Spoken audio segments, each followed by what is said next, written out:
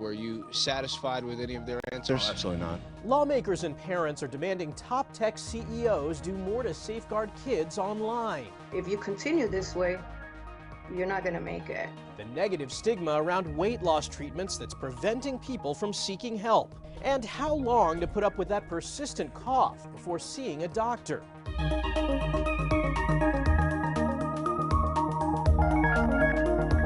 Welcome to On Health, where we focus on stories that affect your physical and mental well-being. I'm Michael George.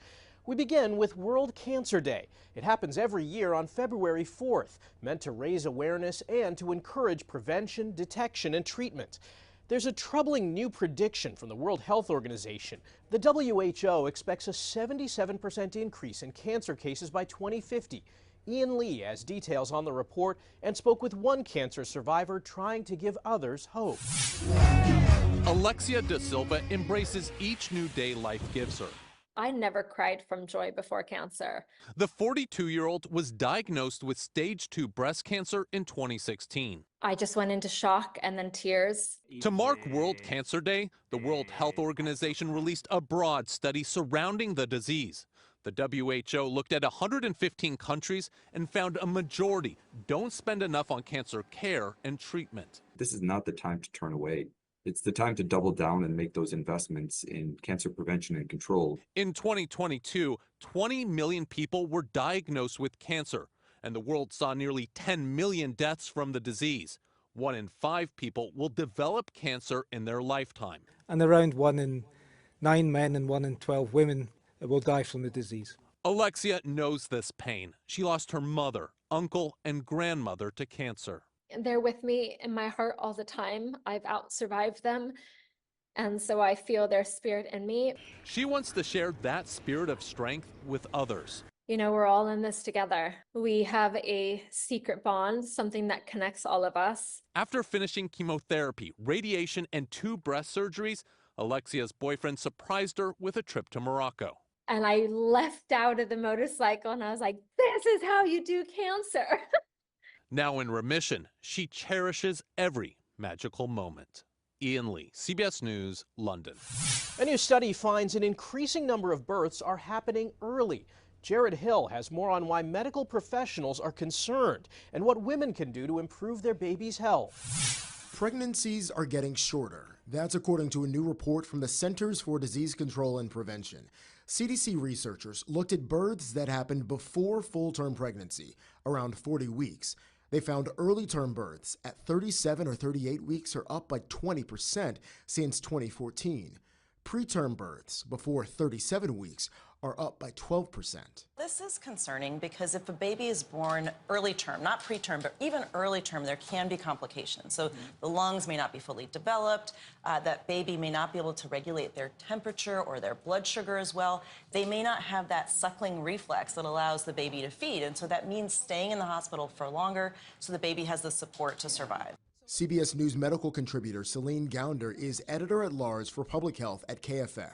She says many factors are causing the rise in early-term births, including obesity, high blood pressure, diabetes, and convenience. There's no question that some of this is early induction, early C-sections, but the trends of those have actually been going down. While still too high, the trend has been going down over the last 10, 15 years. Complications, things like preeclampsia or eclampsia. These are the reasons women are having to deliver earlier for the health of their own health as well as for the health of the pregnancy. Dr. Gounder says women should not wait until they're pregnant to address issues.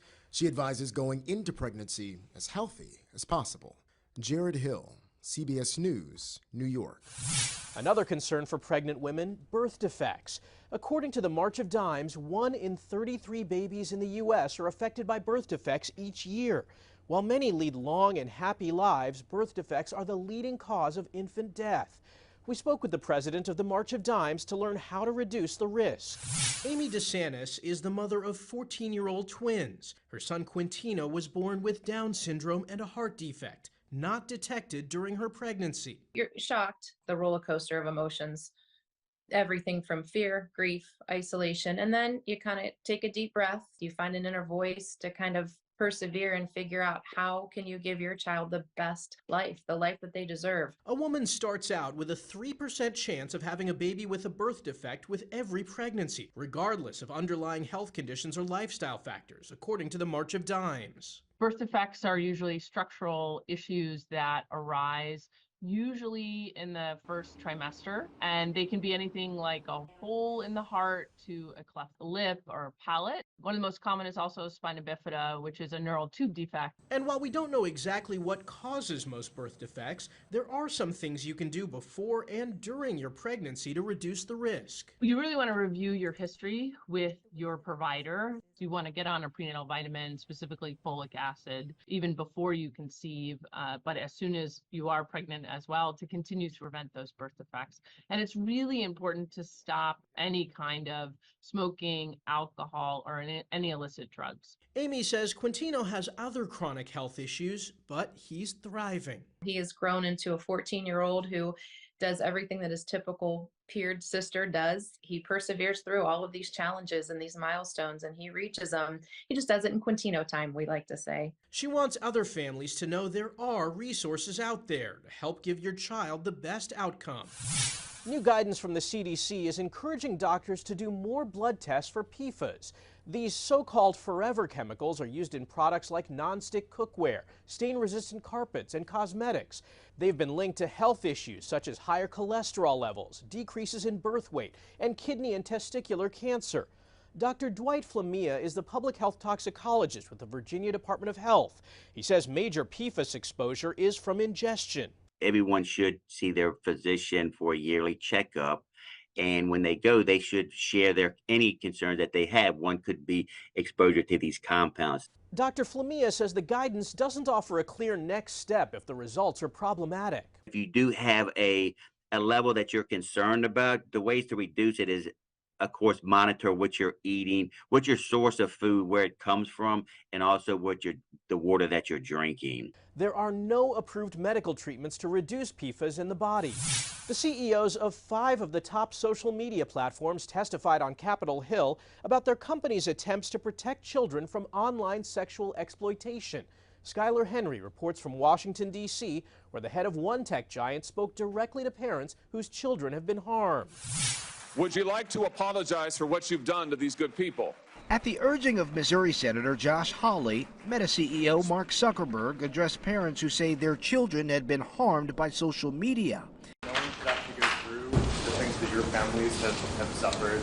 The head of the company that owns Facebook and Instagram stopped short of apologizing, but said Meta has invested $20 billion in safety and security. Lawmakers say the companies don't go nearly far enough to protect children. Mr. Zuckerberg, you and the companies before us, I know you don't mean it to be so, but you have blood on your hands. Zuckerberg, along with the CEOs of X, TikTok, Snap, and Discord, testified before the Senate Judiciary Committee about child sexual exploitation online. No other American industry goes unregulated, and the tech industry should not be an exception. After the hearing, advocates for child victims held a rally demanding accountability. Were you satisfied with any of their answers? Oh, absolutely not. Fred Warner's 14-year-old daughter, Jocelyn, died by suicide in 2022 after being bullied online. It's almost as though our children are for sale. Zuckerberg's words, out of most of them, I think, is the most disappointing. Among the family's demands, amending the regulation that shields tech companies from being sued by users. Skylar Henry, CBS News, Capitol Hill. Elmo recently went viral after his account posed a simple question on X. Elmo is just checking in. How's everybody doing? Replies poured in from all over. Chance the Rapper saying he's in a really good place, while Oreo ran out of milk. But many were also brutally honest, saying they were tired, in a bad place, and depressed. A day after the original post, Elmo wrote that he learned it's important to ask a friend how they're doing, and that Elmo loves you. President Biden responded to that one, writing, "We have to be there for each other, offer our help to a neighbor in need, and above all else, ask for help when we need it." And while asking for help is an important first step, receiving help has proven to be more difficult in recent years. A survey from the American Psychological Association finds more than half of psychologists say that they have no openings for new patients. And more than 2/3 who keep a wait list say the average wait is up to 3 months for a first appointment. The difficulty people are having accessing treatment is what I might call a crisis. Psychiatrist Dr. Peter Bolo says the demand for mental health services far exceeds the growing supply. More people interested in speaking about how they're thinking and feeling, how they're functioning. The APA survey also showed that more than half of psychologists are seeing an increase in severity of symptoms among their patients. For more than 10% of Americans, they receive their medical care from a community health center. According to the Department of Health and Human Services, those centers, also known as federally qualified health centers, have seen the number of patients rise 45% since 2012. Many say they're short-staffed and struggle to get the number of doctors, mental health professionals, nurses, and dentists they need. We here at the community health center level providing care to 30 million people across the country. Dr. Matthew Kusher does family medicine at Urban Health Plan in Queens, New York. So a federally qualified health center is a health center that has services for everyone, but that includes people who don't have insurance. So we have the ability to see people without insurance on a sliding scale fee. But without us here, there would be a huge gap and chasm in terms of poor people being able to receive care. And that has ripple effects across the country. Doctors here say they welcome any patient with open arms and will help them apply for services like insurance and food stamps. So we're not checking the insurance status or refugee status or what. My motto is a patient is a patient is a patient. Officials say the constant threat of a government shutdown makes it hard to plan and hire for the long term. Coming up, a patient is recovering well after doctors implanted a brain chip in them. And with dry January over, now what?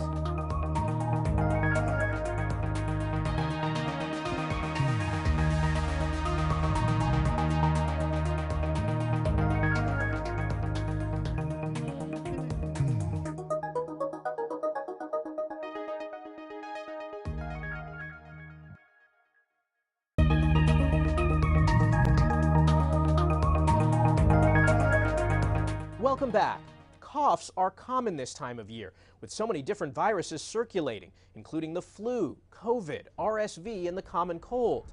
But many doctors have noticed an increase in patients complaining of having a persistent cough this winter. Health experts say if a cough lingers for more than 8 weeks, go to the doctor to make sure there isn't something else going on, such as asthma, COPD, acid reflux, another viral infection, a lung infection, or postnasal drip. I mean, we have to remember that even before COVID, this time of year was always known as cold and flu season. And it is normal to cough for maybe 6 to 8 weeks even after a virus. Pulmonologists say hot beverages, over-the-counter medications, and thick cough syrup can all provide some relief so that the coughing doesn't get worse. We always say cough begets cough. So the more you cough, the more you're going to cough.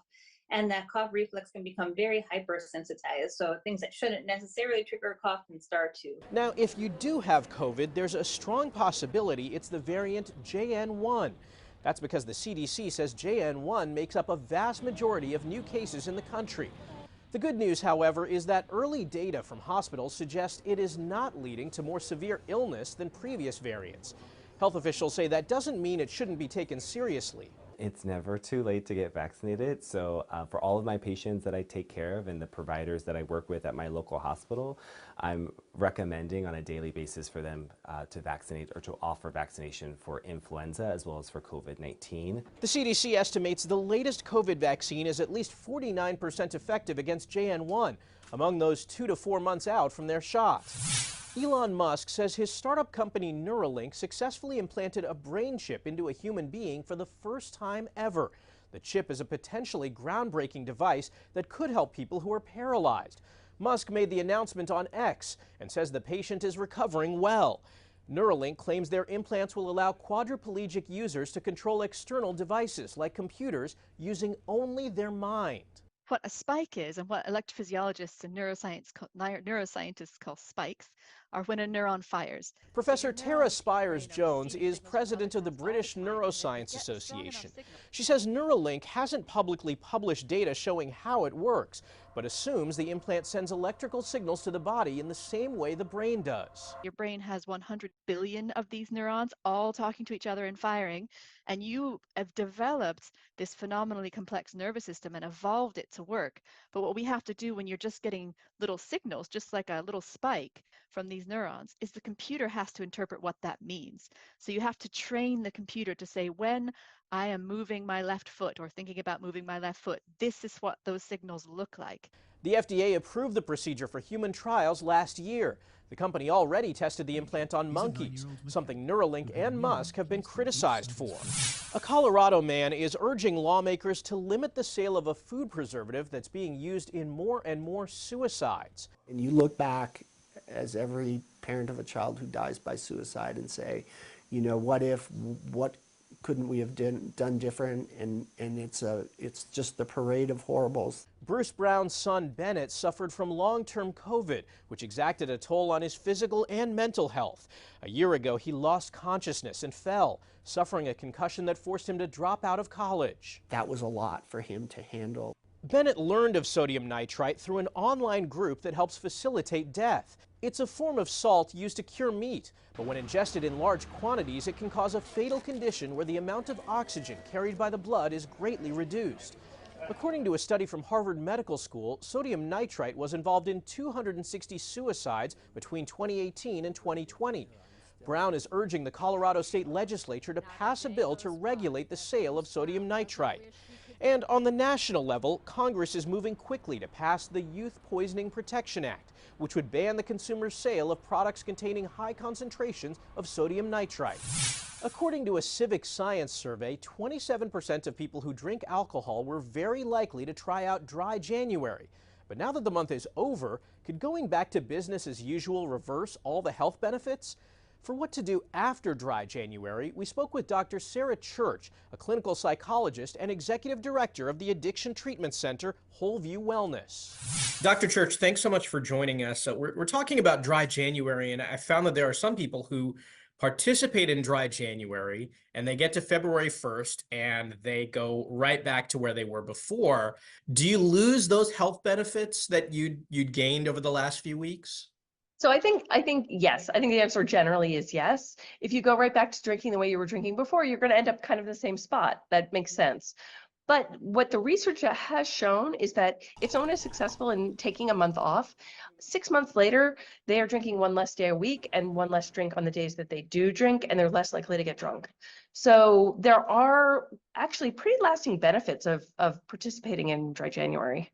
Any advice for people who maybe have done dry January or at least did it halfway and would like to moderate their drinking a little more going forward?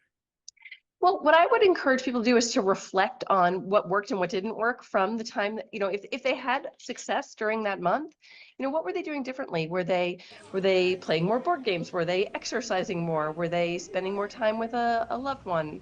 Whatever they were doing that actually felt better and reduced their drinking, they should try more of that. Whether they found a new drink, which would be like, say, cranberry and club soda or herbal tea or non-alcoholic beer, making sure to have that around the house. And also if they found that there were a lot of benefits, let their loved ones know that they are trying to reduce their drinking over time and to get support for that. And in addition to that, like if someone really feels like they want to maintain those changes and they're struggling to do it, reach out and talk to somebody. There are social workers and psychologists who can help them with that. They might want to talk to their doctor. There are medications that can support reduced drinking that are FDA approved, and there are also support groups like AA or Smart Recovery that they can go to and get support for stopping drinking or reducing their drinking. How big a difference does it make to have some support, whether it's professionally or even from a family member or friend? I think that's really, really important. I think the more support people have, the more likely they are to be successful in reducing or stopping drinking. Because, I think it's just human nature. When you have people supporting you and helping you, you're going to be more likely to be successful. Well, doctor, thanks so much for chatting with us. We appreciate it. Sure. Thanks for having me. After the break, what to do when diet and exercise alone isn't enough to lose weight, and how complications during pregnancy can lead to heart problems months later.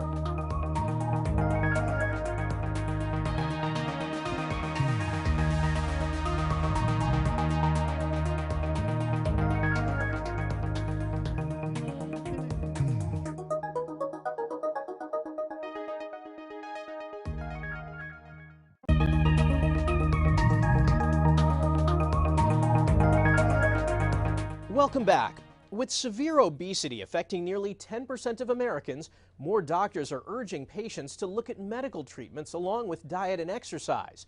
Bradley Blackburn has the story of one woman who says her life was changed when she got weight loss surgery. 64-year-old Maritza Cruz struggled with weight her whole life until recently. Some people don't recognize me. She tried diet and exercise for years without success. In 2022, her weight was at an all-time high, and she says her life was in danger. If you continue this way, you're not going to make it. The CDC says more than 40% of Americans are obese, which increases the risk of heart attack, stroke, diabetes, and some cancers. But a recent survey by Orlando Health shows more than 61% of people think exercise and diet alone is enough to fix it. There shouldn't be a stigma. I think the stigma is created by social media. Stigma may prevent people from seeking treatment for obesity, according to bariatric surgeon Andre Teixeira. He says for many patients, surgery and diabetes drugs for weight loss like Ozempic are key solutions.